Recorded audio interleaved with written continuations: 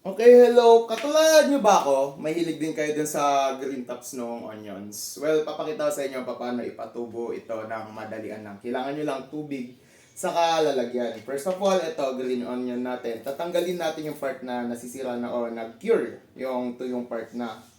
Yan, tatanggalin natin. Luckily dito, konti lang. Tapos ikakat natin yung top niya for apical dominance reasons. Ikakat natin ng ganyan. And then makikita nyo meron pa rin siyang ugat. Yung ugat natin, okay.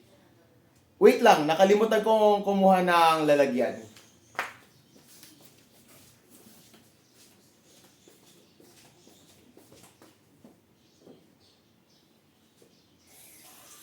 So dahil kung bakit kailangan prep na prep pag gagawa ng video. Okay, ito, regular lang siya na cup. Regular lang na tubig. Regular na cup, regular na tubig. Ilalagay lang natin siya ng ganito. Ngayon, masyado siya mataas.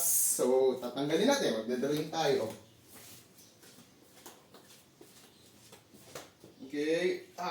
Masyado siya mataas kasi ayaw nyo yung lahat mababasa. Gusto nyo yung ugat lang. Itong part lang na to. Itong bulb part lang. Itong bulb part saka yung ugat lang yung mababasa. Kasi kung lahat sila basa, madalian siyang masisira. Ngayon, ito, day 0. Ito pinatubo. 5 days ago, tingnan nyo, may lumalabas na.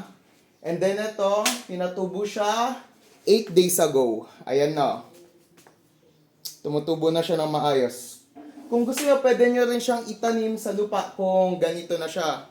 Pwede nyo na siyang itanim sa lupa kasi nag-head start na siya sa growth phase niya. Lalo na, at dito sa part ng onions na to, yung growth phase niya talaga mag-start pag kinat mo na siya since mag-take over na yung apical dominance. Okay, bye. Di ko siya kakainin, masyado siyang malakas kainin ng raw.